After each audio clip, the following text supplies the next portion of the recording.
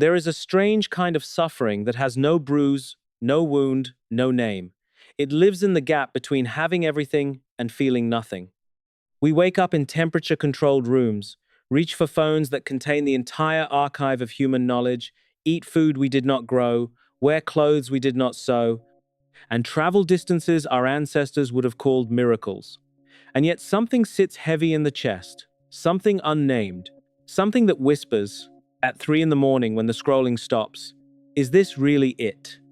We are perhaps the most comfortable generation of human beings to have ever lived on this planet, and we are also, by nearly every measurable metric of mental health, among the most quietly desperate. That paradox, that cruel joke of modernity, is precisely what makes a book written by a man who survived Auschwitz not just relevant but almost unbearably urgent to read today. Viktor Frankl's Man's Search for Meaning was not written as a self-help manual. It was exhaled. It was bled onto the page by a man who watched human beings reduced to numbers, stripped of names, starved to the architecture of their own skeletons, and still found a reason to keep breathing. And the terrifying question his book poses to us decades later, from the comfort of our couches and our curated lives, is not whether we could survive what he survived. The question is whether we can survive what we already have. Frankl did not stumble into psychology as an academic exercise. He was already a practicing psychiatrist and neurologist in Vienna when the darkness came for him. He had been developing a theory, one he called logotherapy, the idea that the primary drive of human life is not pleasure, as Freud believed, and not power, as Adler proposed, but meaning. He believed that when meaning is present, a human being can endure almost anything, and when meaning is absent, even paradise becomes a prison. The irony is almost too painful to hold. He was building a framework for healing meaninglessness at the exact moment history decided to test his theory in the most savage laboratory ever constructed. In 1942, Frankl, along with his wife, his parents, and his brother, was deported to concentration camps. His father died in Theresienstadt. His mother was killed in Auschwitz. His wife, Tilly, perished in Bergen-Belsen. The manuscript he had been working on, the one that contained the intellectual foundation of his life's work, was confiscated and destroyed upon his arrival at Auschwitz. He lost everything. Not metaphorically, not in the way we say we have lost everything when a relationship ends or a career stalls. He lost every single person he loved and every physical trace of the ideas he had given his life to. And from that void, from that absolute zero of human experience, he rebuilt. The book we hold in our hands is what emerged from the ashes. It is not theory, it is testimony. What makes Frankl's account so psychologically devastating to read in the modern context is not the horror of the camps, although that horror is real and necessary to sit with. It is the mirror he holds up without meaning to. He describes a phenomenon among the prisoners that he calls the existential vacuum, a state of inner emptiness that occurs when a person has no sense of purpose, no future to orient toward, no reason to justify the suffering of the present moment. In the camps, this vacuum was a death sentence. Frankl observed that the prisoners who lost their inner sense of why, who could no longer connect their suffering to any meaning, were the ones who deteriorated fastest. They stopped getting up. They stopped eating what little there was. They lay in their own filth and stared at walls and smoked their last cigarettes, which in camp culture was the universally understood sign that a man had given up. He had decided to enjoy his final comfort rather than invest in another day. Now here is where we have to be honest with ourselves, gently, without shame, but with clarity. That existential vacuum Frankl identified in the most extreme conditions of deprivation is the same vacuum that millions of people experience today in conditions of abundance. We are not starving, we are not enslaved. And yet the emptiness is recognizable. The symptom profile is eerily similar: the loss of motivation, the inability to get out of bed not because of physical exhaustion but because of a quiet, corrosive, what's the point? The numbing, the scrolling, the binging, the endless optimization of a life that feels, underneath all the productivity and performance, somehow hollow. We have filled every silence with content, every boredom with stimulation, every loneliness with a notification, and the emptiness has not gone away. It has simply learned to wear a better disguise. Think about it through a modern analogy. Imagine someone who has spent their entire life being told that happiness is a destination and that the vehicle to get there is achievement. Get the grades, get the degree, get the job, get the promotion, get the relationship, get the house. And so they do. They check every box. They build the life that was promised to them by every cultural narrative they absorbed since childhood. And then they arrive. They stand in the living room of the life they were told to want, and they feel nothing. Or worse, they feel a creeping dread that this is all there is. That is not a personal failure. That is a systemic one. We have been sold a map to a place that does not exist. We have been told that meaning is a byproduct of comfort, that if we just remove enough suffering, happiness will rush in to fill the space. But Frankl's entire philosophy, forged in the fire of the worst suffering imaginable, says the exact opposite. Meaning is not the absence of suffering. Meaning is the reason we are willing to suffer. And when we build lives designed to eliminate all discomfort, all friction, all challenge, we do not arrive at fulfillment, we arrive at a void. A beautifully decorated, well-lit, Wi-Fi-enabled void. Frankl wrote something that should be tattooed on the inside of every modern mind. He said, "Those who have a why to live can bear almost any how."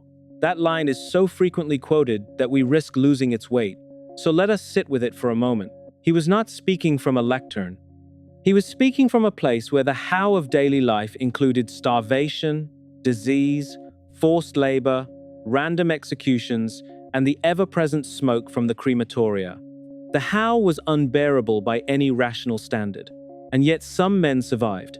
Not because they were physically stronger, not because they were luckier, but because they carried within them a why that was bigger than the how.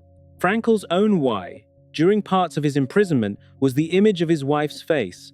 He did not know if she was alive. She was not. But the love he carried for her, the imagined conversations, the feeling of her presence in his mind, gave him something to hold on to when the external world offered nothing but degradation. He also reconstructed, in his head, the manuscript that had been taken from him. He rewrote his ideas on scraps of paper stolen from the camp. His why was the belief that his work could one day help others find their own meaning. That belief, unverifiable, unprovable, sustained him through the unsurvivable. The second quote, worth embedding deeply, is one that speaks even more directly to our modern condition. Frankl observed that ever more people today have the means to live, but no meaning to live for. Read that again. He wrote those words decades ago, and they describe the present moment with surgical precision. We have optimized the means. We have engineered comfort to an almost absurd degree. We can order food without speaking to another human being. We can watch 1,000 hours of entertainment without leaving our beds. We can construct entire social identities without ever being truly seen by another person. The means are abundant. The meaning is starving. And here is what Frankl understood that we are still struggling to accept. Meaning cannot be given. It cannot be bought. It cannot be downloaded or subscribed to. It can only be found, and it is almost always found, in places we would rather not look. In responsibility, in sacrifice, in the willingness to suffer for something that matters more than our own comfort. That is not a popular message. It does not fit neatly into a content strategy or a wellness brand.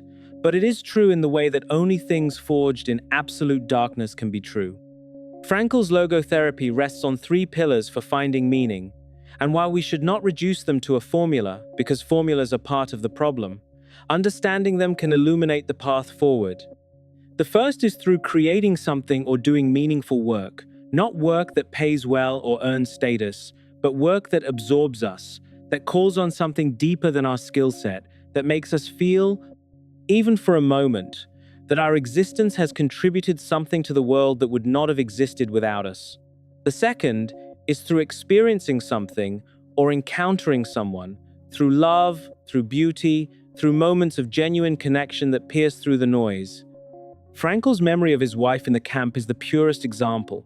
He was not with her. He might never be with her again, and yet the love was real, and it was enough to sustain life itself. The third, and this is the one that cuts deepest, is through the attitude we take toward unavoidable suffering, not chosen suffering, not performative hardship, unavoidable suffering. The kind that comes for all of us eventually, the loss, the illness, the betrayal, the grief. Frankl believed that even in the worst of these moments, we retain one unassailable freedom, the freedom to choose how we respond. He called it the last of the human freedoms, the ability to choose one's attitude in any given set of circumstances. That idea is not naive optimism. Coming from a man who lost his entire family in a genocide, it is the hardest won wisdom imaginable. So how do we adapt this to the texture of our actual lives? Lives that are not lived in concentration camps, but in open-plan offices and algorithm-driven feeds and relationships conducted partly through screens. The first step, and it is a humbling one, is to stop waiting for meaning to arrive. We have been conditioned to expect that meaning will show up the way comfort does, through delivery, through convenience, through the right purchase, or the right relationship, or the right career move. It will not. Meaning is not a product. It is a practice. It is something we build through daily acts of engagement with the world, through choosing difficulty when ease is available, through showing up for others when isolation is more comfortable, through creating something even when no one is watching or applauding, through sitting with suffering rather than numbing it. The second adaptation is more subtle and perhaps more important. We need to stop pathologizing our discomfort. Not every form of unhappiness is a disorder. Not every moment of emptiness is a crisis. Sometimes the emptiness is a signal, a compass needle pointing toward the absence of meaning. And if we rush to medicate it or distract it or optimize it away, we lose the very information that could guide us toward a more purposeful life. Frankl was not against psychology or psychiatry. He was a psychiatrist, but he understood that some suffering is not a symptom to be treated. It is a question to be answered, and the question is always the same. What is being asked of us by life right now, in this moment, with these specific circumstances? That reframing is perhaps Frankl's most radical contribution. He inverted the question most of us walk around asking. We ask, what do I want from life? Frankl said the real question is, what does life want from me? That shift, from consumer to contributor, from passive recipient to active responder, changes everything. It takes the pressure off the search for some grand cosmic purpose and places it instead on the immediate, the particular, the person standing in front of us who needs something we can give, the task that needs doing, the truth that needs telling, the kindness that costs us something. Meaning, Frankl discovered, is almost never found in the grand gesture. It is found in the willingness to respond to what is here, now, with as much integrity as we can summon. And perhaps that is the deepest comfort this book offers, a comfort that does not feel like comfort at first because it comes without a cushion. We do not need to find the meaning of life, as if it were a single hidden treasure buried under the right combination of choices. We need to find the meaning in our lives, in the specific, unrepeatable, deeply particular lives we are already living. Frankl survived the camps and went on to live until the age of 92. He remarried, he rebuilt his career, he climbed mountains, literally well into his 60s. He flew planes, he laughed, he taught, and he never once suggested that suffering was good or that we should seek it out. What he suggested, with the quiet authority of a man who had stared into the absolute worst of human existence and refused to look away, was that suffering without meaning is unbearable, but suffering with meaning is transformative, and that the same principle applies to comfort. Comfort without meaning is its own quiet form of torture. Comfort with meaning is something closer to peace. So here we are, in our well-lit rooms, with our full refrigerators and our endless options and our nagging sense that something is missing. And something is missing, but it is not something we have lost. It is something we have not yet built.